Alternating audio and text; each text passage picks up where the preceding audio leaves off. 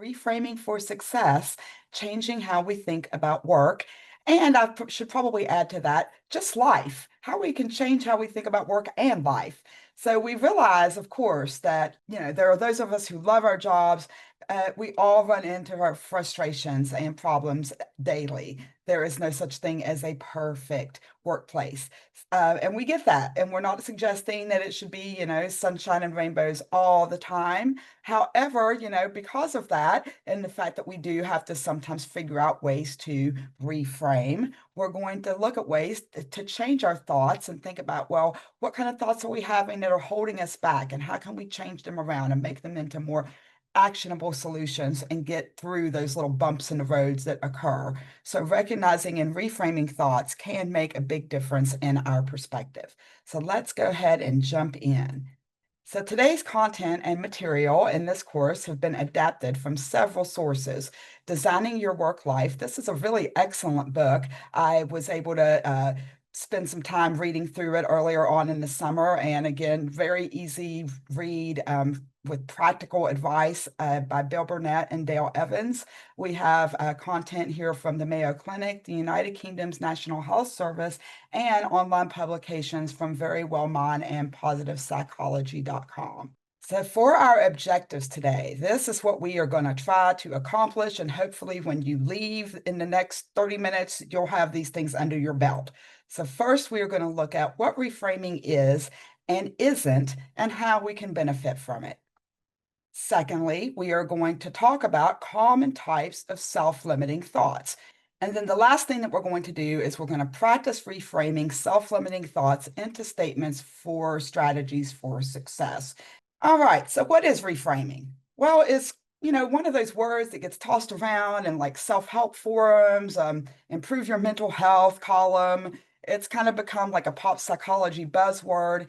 And honestly, if y'all take a minute and you think about it, you probably realize, well, I do know what this is, but maybe I don't know when or how to do it. So let's take a look at a definition. So funny enough, let's just read through this definition on the screen. What is reframing? Shifting your mindset so you're able to look at a situation, a person, or a relationship from a slightly different perspective. This is an unusually clear definition.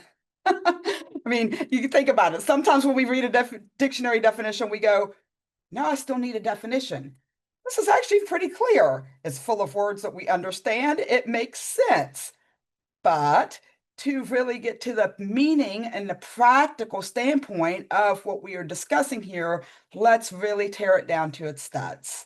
We have to get rid of that prefix and look at this word, strip away all the extra words.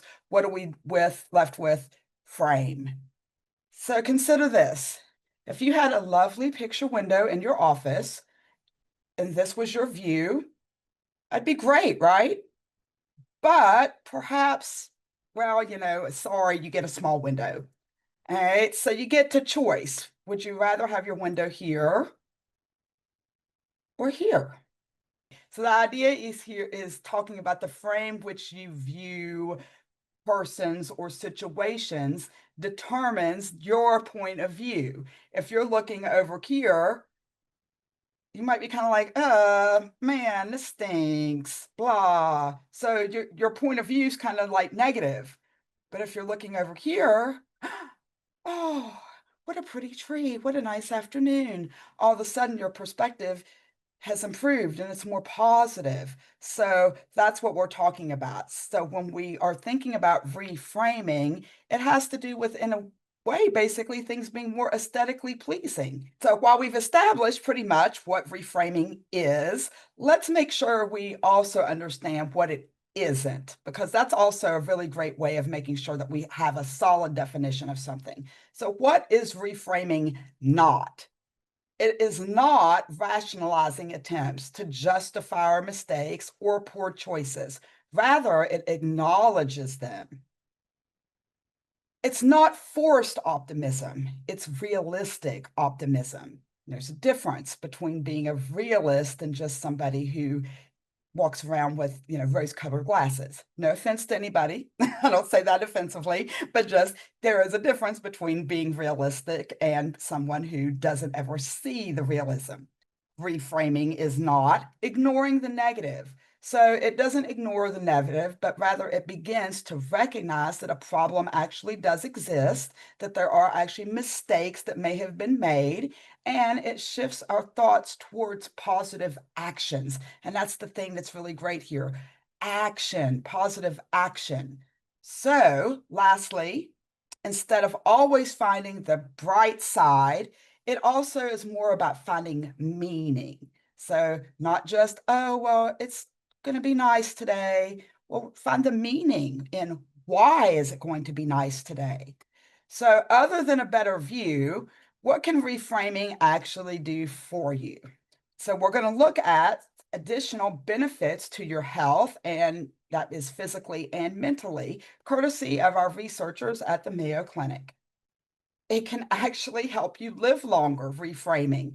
And I think if you stop and think about that a minute, well, yeah, if you have a positive mindset, you're going to feel better. So that sort of makes sense. It can reduce stress and pain.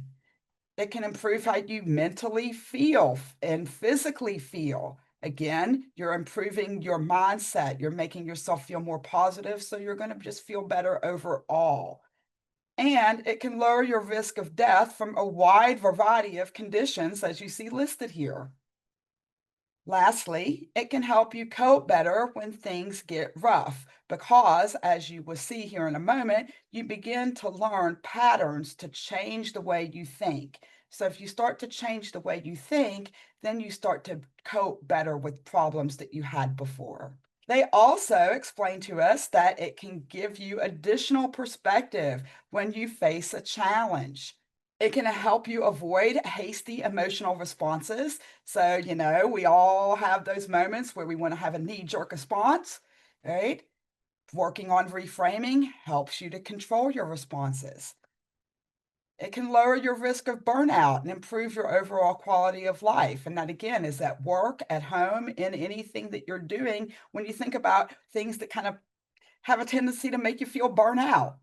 And it can make you feel less discouraged when you are facing a challenge. Again, that goes back to that changing your patterns of thinking and how you think about a situation. And then our last benefit here is it can make you more compassionate to others and yourself because you're shifting the voice inside of your head towards optimism and positivity. So, all this sounds pretty good, right? How do we reframe? How do we go about doing this? So let's take a look at some examples. What do you see in this wonky, weird mirror here? So anybody who's ever been in a fun house, you know how easy it is for a trick mirror to sort of distort your image. You see something that's not really there. And we can also think things that aren't really there too. Psychologists refer to this as cognitive distortions. All right, now that sounds very clinical and cold. We're going to change that to self-limiting thoughts. There it is. Self-limiting thoughts sounds a little bit nicer. All right. So all these terms around our little blue bubble here, um, these things put a ding in our self-esteem, it makes us judge others as well as ourselves unfairly. And they don't do a whole lot to help a situation or allow room for change. And again, if you just take a look at all of those little words around the bubble, these are probably things that you've said to yourself, said about others, and again, we'll come back to that. So, like I said, at some point, we've all experienced these self-limiting thoughts, and sometimes we don't necessarily recognize or understand them. So now we're going to dig a little bit deeper. What do we do with these self-limiting thoughts? And then how do we change them? We're not going to go through all 7 of these because that would take us a whole hour of a webinar. And unfortunately, we don't have that much time. But we are going to look at 4 that are most common. So the first one is all or nothing thinking. And you may also know this or have heard of this as black or white thinking. And even if you don't think this way yourself, you may know someone who does. So this is about absolutes, good, bad, everything or nothing, always, never. Remember that all or nothing thinking polarizes situations, and it's not always about us. Sometimes it's directed towards someone else. If you've ever heard someone say something like, "You're always late," or "You never listen," then you know what I mean. You've heard of this before. Also, sometimes it's the first step towards reframing all or nothing thoughts is recognizing that things like success and failure are not absolute. They are not. So, when we can recognize that, and once you identify this pattern, then you start to shift and you can feel better about yourself and your relationships. You begin to acknowledge your strengths and you improve your relationships. But let me back up and say that again.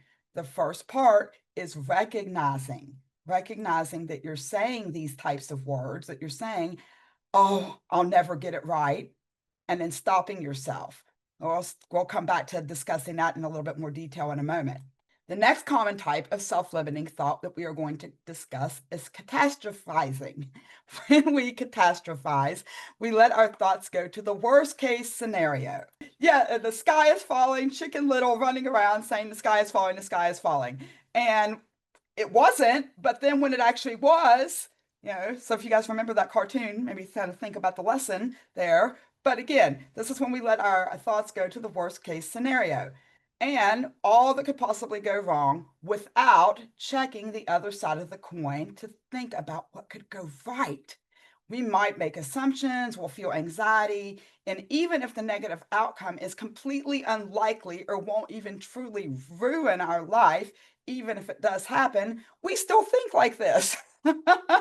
The thing you want to think about here when you're catastrophizing is a good technique for reframing such thoughts. No surprise here is called decatastrophizing. As some people also call this the what if method. And what you want to think about here and do is start by considering that worst case scenario. We are never going to be fully staffed. Then, well, what if you're not going to be fully staffed? Ask yourself that question. How likely is the outcome? How true is it to be possible? What evidence do you have to back up that statement? And then, if it is to happen, which might not or is maybe not likely, develop then a coping plan. But first, what if, then consider the outcomes and the terms, then a coping method. That's kind of the order that you want to go in with this one. And who knows, you may realize that you might not even, the worst case scenario isn't catastrophic at all. What might really seem like it's going to be the worst thing is actually the best thing. Maybe you realize you were missing a key piece of the puzzle. Maybe your idea will spark someone else to come up with a different idea. So you don't know what you might get right until you try. So always keep that in mind when you're in this kind of thought pattern.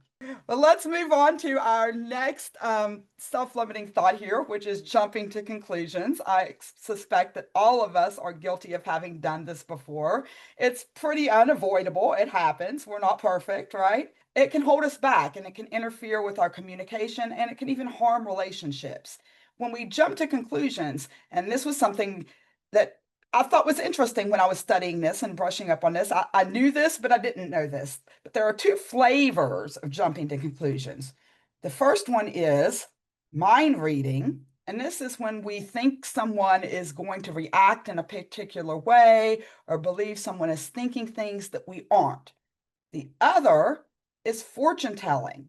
So this is when we predict how an event is going to unfold, or the best result is or this can be the result of an overgeneralization, pardon me, thinking that because something happened once, it's going to happen that way again. And sometimes we do it to avoid trying something new or something that's difficult. So those are two flavors of jumping to conclusions. But both are rooted in feelings and actions in the past rather than facts in the present. So, to guard against falling into this pattern, again, there are some techniques and things that we can do. First thing is, you want to be sure to consider the facts because realistically, how do you know they won't like you? How do you know it won't work? What evidence do you have to prove that? So you have to think about those facts. Think about those facts. Clarify any assumptions that you're making, depending on the kind of relationship. You might even want to check in with somebody and say, hey, is this really happening? It's okay to do that. If you know somebody that you feel comfortable with, check in, clarify feelings. And then next, ask questions and check initial assumptions. So it's rarely a bad idea to ever ask. You never are going to go wrong if you just say, I want to double check. It's okay to challenge yourself and check your initial assumptions. So, this last self-limiting thought we are going to discuss is one which offers a little bit of humor since this content's it's a little heavy. And just in case you don't remember the 80s, here is another little graphic that might resonate with you a little bit more. So do you hear your little voice inside your head using these words, should and must? Should statements are a common thought pattern that can lead to negative thinking. They act as ironclad rules that can set you and others up for failure. Setting unrealistic expectations or judging yourself or others against a standard of perfection can result in feelings of guilt, disappointment, and anxiety. So to shift this kind of thinking, what do we need to do? Well, first, we need to reduce the pressure and focus on practicing self-compassion. That's one of the, well, reduce the pressure first. Second, focus on practicing self-compassion. Then you want to replace these statements. Replace them with the should with I'd like to, or it would be nice to. So those are more realistic statements. Work on that.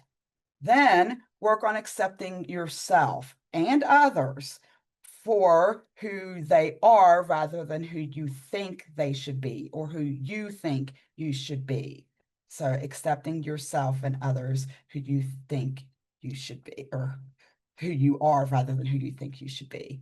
So these are the four, again, common types of self-limiting thoughts that hold us back.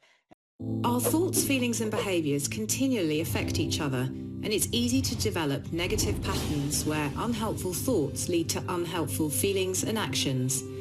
Sometimes this can become a vicious cycle. Many of us don't realise that we can influence this process and that this can improve our mental health. The best way to deal with these unhelpful thoughts is to recognise them, challenge them, and see if you can replace them. Some people call this the catch it, check it, change it approach. With practice, this can help us look at perceived problems from a different perspective. For example, you might be worried about an important task you have to do at work, convinced it will go wrong and everyone will think you're a failure. Rather than immediately accepting this thought and feeling even worse, take a moment to catch it and check it. Ask yourself whether there's good evidence for it, or if there are other explanations. Try thinking about what you would say to a friend who was thinking this way. Finally, see if you can change the thought for a more positive one. Maybe, I'm prepared, I've put a lot of work in, and I'm going to do my best. Sometimes you will be able to change the thought to a positive one, but don't worry when at other times you can't. There are no right or wrong answers. It's about learning to think more flexibly and be more in control.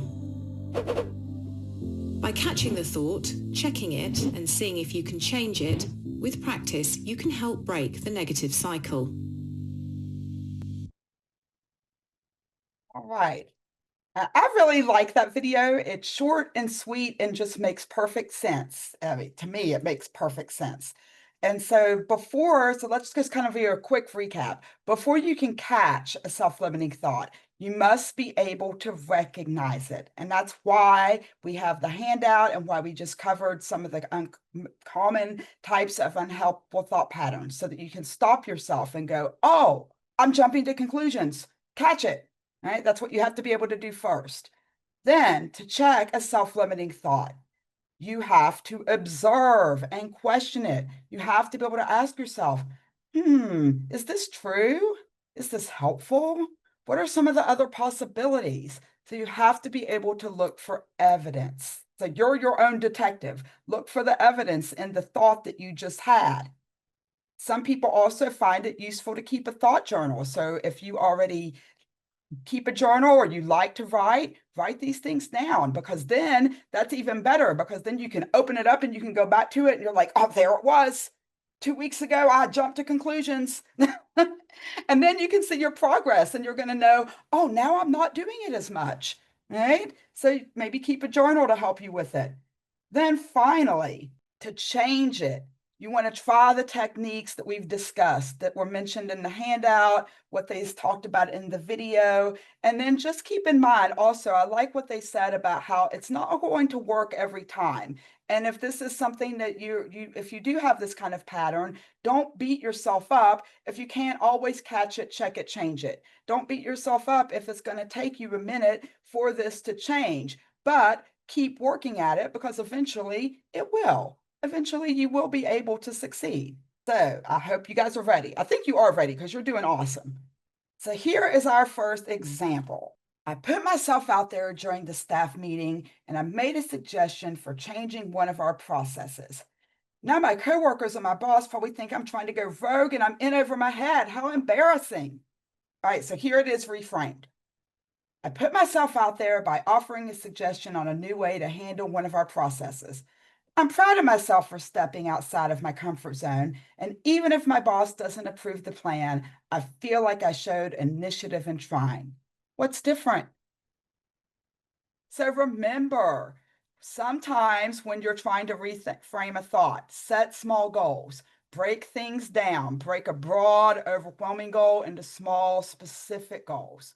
Also, there is not a magic wand. Things are not going to be better immediately. And many of you just now in those statements that you wrote a statement that kind of suggested that, like, I'm not going to get it just yet, but I'll get there. I'm going to have somebody help me and I'll eventually learn. So, to set the bar at a realistic expectation. Put it just right. Don't make things so crazy high that you can't get there. Set the bar where it's just right. And then notice what's working at work and say to yourself, okay, well, I got 2 out of the 6. That's a win. So congratulate yourself, even if it's not all of them. Congratulate yourself on every tiny, small, little thing. Notice what's working at work. All right, so for our last little activity here, we have practiced some reframings here together. And now we are just going to take a minute to look at what we would do with a problem that might be considered too big to solve. So the first thing that you're going to do is you're going to start by writing your self-limiting thought in the box. And I'm just going to go ahead right now and just throw one out for you guys just to save time. So we'll say our self-limiting thought is, this new process in accounting is beyond my math skills. I'm never going to figure it out. So that's your self-limiting thought. So you write that down, and you might have more than one self-limiting thought. If you do, write that down in the box as well. The point is to understand the frame in which you are seeing your perspective, where you are right now. Next step is to examine closely this self-limiting thought. You want to identify, are there any biases, drama, factors that are out of your control? This new process in accounting is beyond my math skills. I'm never going to figure it out. Are there biases there? Is there anything there that's a factor beyond my control? But again, this is why I said it's something that you need to kind of really sit down and think about, because this is where you really are going, what's going on? You have to dig. The next thing is so once you've done that, you're going to find yourself, hopefully, with an objective problem. But at that point, it still might feel too big. So then examine the problem one step at a time. Let's break it down. Like we said earlier, break it down one step at a time. And then that's when you might realize, oh, well, what I need to do is brush up on my higher math skills. But then you're sitting there and you're like, oh, well, daggone it, I still haven't really figured out my problem. Then break it up and figure out how you go about working on your higher math skills. Start with the smallest, most least intimidating part of the problem and go from there.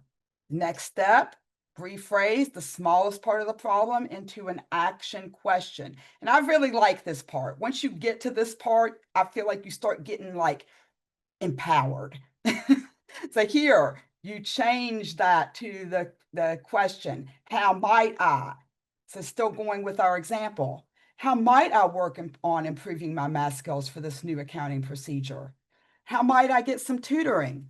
How might I improve working on decimals because that's what I'm really having trouble with. So really dig and start thinking about, well, what's the actual problem? How might I?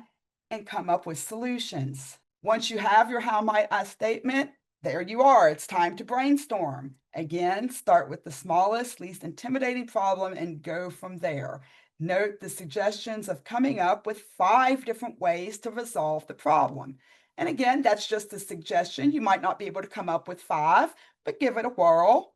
Once you have all these ideas, you want to think, are any of these theoretical? Are there any of them that are completely not realistic?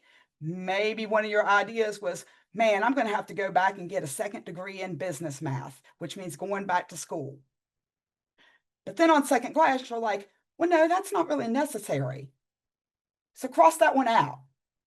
Because maybe all you need to do is log on to Khan Academy and take some of their classes, and they're free.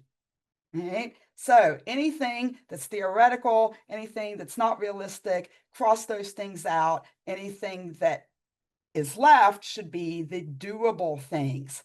Pick the best one and jot it down. Now you have your first step towards a solution. So those were the instructions quickly. But I hope talking you through them does encourage you to use this worksheet and sit down with it and really try to think through if you do have one of those problems that's too big to solve, and that this gives you an opportunity and a way to help you break it down. So at this point, we have reached the end of today's webinar. So this is always a good time to recap our objectives. So let's review what we have accomplished today. We hopefully are leaving having understanding the meaning and the benefits of reframing. We worked on identifying the types of self-limiting thoughts, and you have a handy-dandy little worksheet to refer back to on that. And then we practice self-limiting thoughts into statements for success. Thank you all so much. Hopefully we'll see you next week.